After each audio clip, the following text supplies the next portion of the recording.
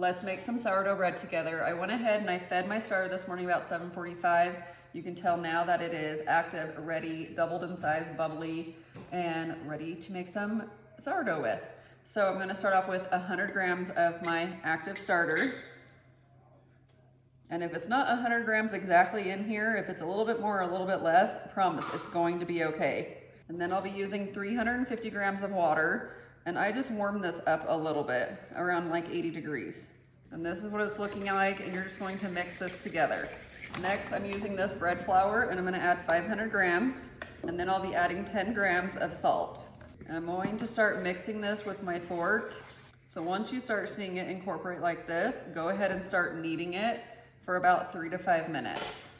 And you will notice that your dough is sticky. That is completely normal. Okay, so this is what it's looking like. What I'm gonna do now is go ahead and cover it and let it rest for about 30 minutes and then come back and start 3 rounds of stretch and folds. So now that it's been 30 minutes, we're gonna do our first round of stretch and folds. You do want your hands wet, so I just went ahead and washed my hands and I kept them wet. And what you're gonna do is just grab your dough, stretch it up, and fold it in. And you're just going to do this around your bowl. Stretch, fold. And then go ahead and cover, and then you're going to come back in another 30 minutes and do round 2. Now we are going to do round 2 of our stretch and folds. Again, go ahead and get your hands wet. You will notice this time your dough will not be as sticky. Go ahead and stretch it up and fold it in. Stretch, fold. And then go ahead and cover, and we'll come back in 30 minutes and do our final round. Okay, so this is our last round of stretch and folds. Same thing as we did the last 2 rounds. Go ahead and stretch it up, fold it in. And then I just like to form mine into a ball, and then I'll go ahead and place it back in my bowl. Then go ahead and cover, and we're gonna let it rest anywhere from 4 to 12 hours. It really depends on your house. So you're gonna wanna see your dough rise about 50 to 70%, and then after that we will shape it. Okay, so it's been about 8 hours since I mixed my dough, and it does look like it's ready to shape. You can tell that there's some bubbles on here. It's pretty jiggly, and it's definitely rose about 50%. So let's go ahead and shape this. First thing I'm gonna do is take my banneton, and I'm going to add some flour in it, and then just set that aside.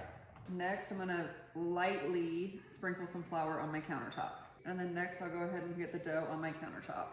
And it should just fall right out. Then I'll go ahead and pull it out to a rectangle, and then I'm gonna fold it into thirds. And then go ahead and roll it up. Now this is where you're gonna push it away from you, and when you pull it back, you're gonna tuck your dough under, rotate your dough, and then tuck under. Rotate, tuck under. And you'll do that to get some tension on your dough. And then now that I have it shaped, I'm gonna sprinkle with some flour. And then I like to use my scraper thing to pick my dough up. I'll set it in my banneton, and then I'm going to cover, place in my fridge overnight, and then I will cook this tomorrow.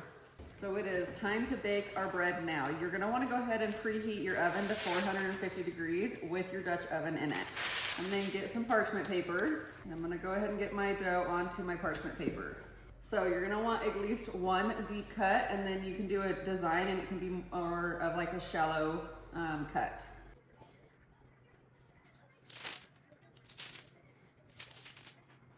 I'm gonna move this to the side. Okay.